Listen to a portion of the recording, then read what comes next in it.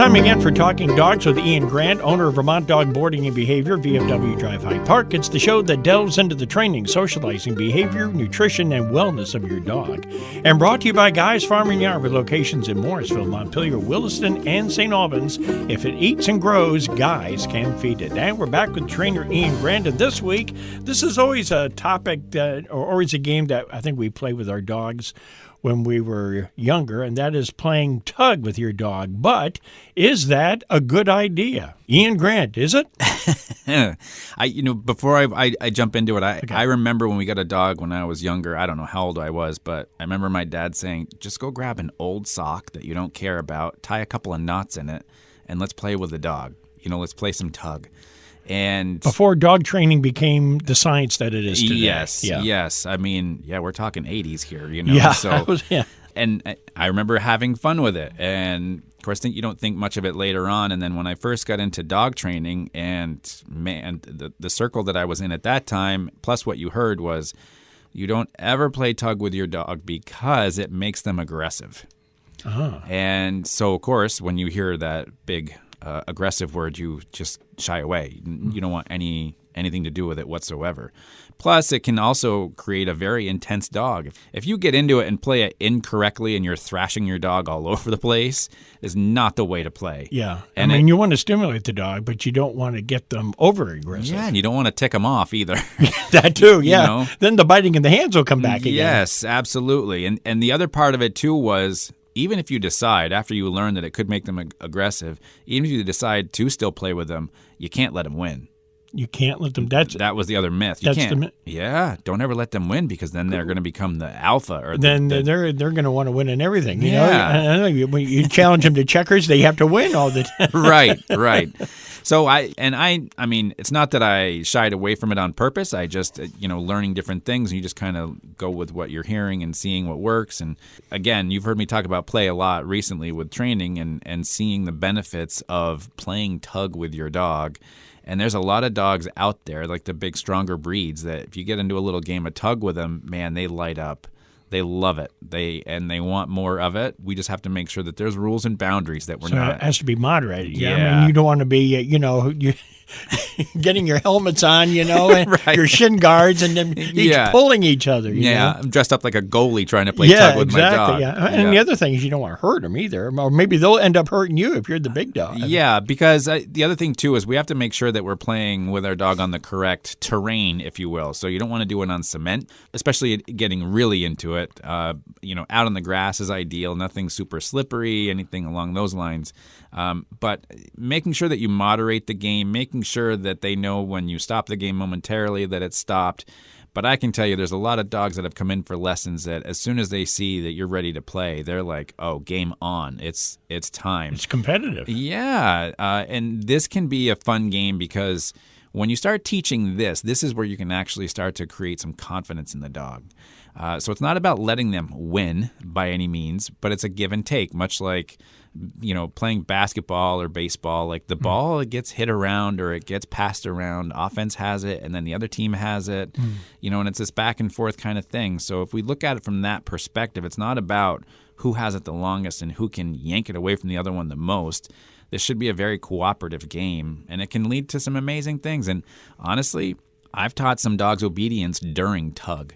During tug. So how do you do that? Well, once you've taught them an out command or a drop it command and they let go of it, you ask them for a command or something that maybe they already know. So it could be as simple as a sit. So when they sit down, then you say, okay, and it's time. The game is back on. So the reinforcement, the value of play after the sit is way more valuable than a treat that you might give them at that time because you're keeping that state of mind going.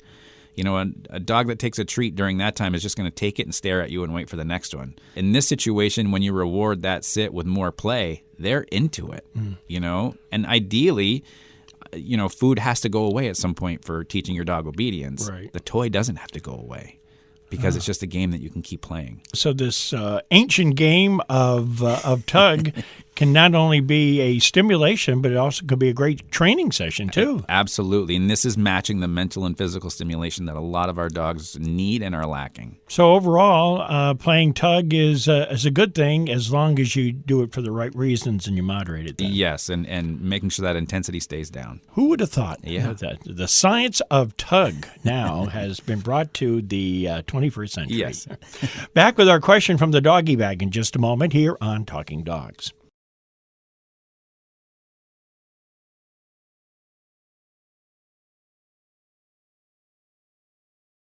Back with Talking Dogs with Ian Grant from Vermont Dog Boarding and Behavior, VFW Drive Hyde Park.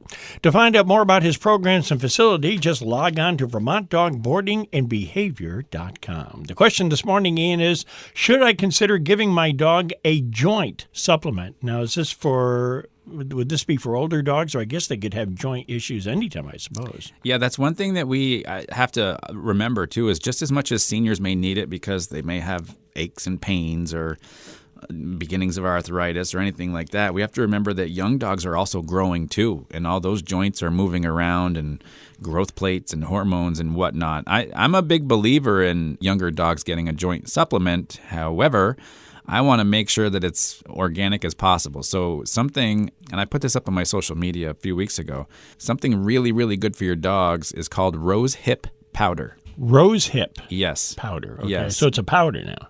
It's a powder. Also, people drink rose hip tea as well. And this is just something, so Ethan, who works for me, came from the world of dog sledding, and where he was, they were providing all their dogs with rose hip powder because, as we know, the sled dogs, they go. They go and go and go. And go and keep going. And so they do need something to help them with their joints and everything just because they're so intense with what they do. So something like rose hip powder, I think probably 5 months ago, I bought a bag off of Amazon. It was organic. I can't remember how much it weighed. It's a good sized bag. I've got 3 dogs and I still have a third of the bag left because you don't need to give that much. It's very, obviously in a powder form, it's very concentrated. And I think, to give you an idea, Gemma's about 95 pounds and she gets a quarter teaspoon a day. What do you mix it in her food? Right on the top. Sprinkle it right on, just right over the top. And then I usually add some water, some hot water to my dog's food. So she gets that, basically that joint supplement that's going to help her as she grows older too. But again, you can consult your vet if you have any questions about it. But this is something that hey, if it's working for sled dogs, then it's probably going to work for our regular pet dogs as well. Now, you said organic, so are there different types of this? Or I mean, when I went on and looked, I obviously lean towards organic when it comes to my dogs, making sure that it's the best that it can be. And I would just make sure that it's an organic rose hip powder. It'll come in a bag form or it may come in a container, but either way. Can you find it in local stores or things like that? I haven't found it yet. Okay, so you had to order it. Yeah, online. I don't know. The natural food store here in Morrisville may carry it. I'm not sure. I haven't stuck my head in there yet. But if you check with your veterinarian, they'll know where you can find it for sure. Yes, they should have a good idea. Yeah. So it's something that can't hurt the dog, though. It's not going to hurt, not at all. Yeah. No. And always just start in moderation first. So try it one time, wait a day or so, make sure your dog doesn't have a reaction to it. We want to keep our dogs healthy as long as possible. And yes. That sounds like one way to do it. If you have a question for Ian, you can email him directly to info@VermontDogBoardingAndBehavior.com. Next week, understanding different play styles. All right, we're back into playing again. Yes. All right, I'm all about that. Yeah, I think it's important to know what kind of play style your dog has, and if you are that type of person that has play dates or you go to rec paths or trails and you come across other dogs, then just an idea. It's good to know where they're at and how they may come across to other dogs. More on that next week on Talking Dogs with Ian Grant, brought to you by Guy's Farm and Yard with locations in Morrisville, Montpelier, Williston, and St. Albans. If it eats and grows, Guy's can feed it. And for the trainer Ian Grant, I'm Roland LaJoy, and we are Talking Dogs.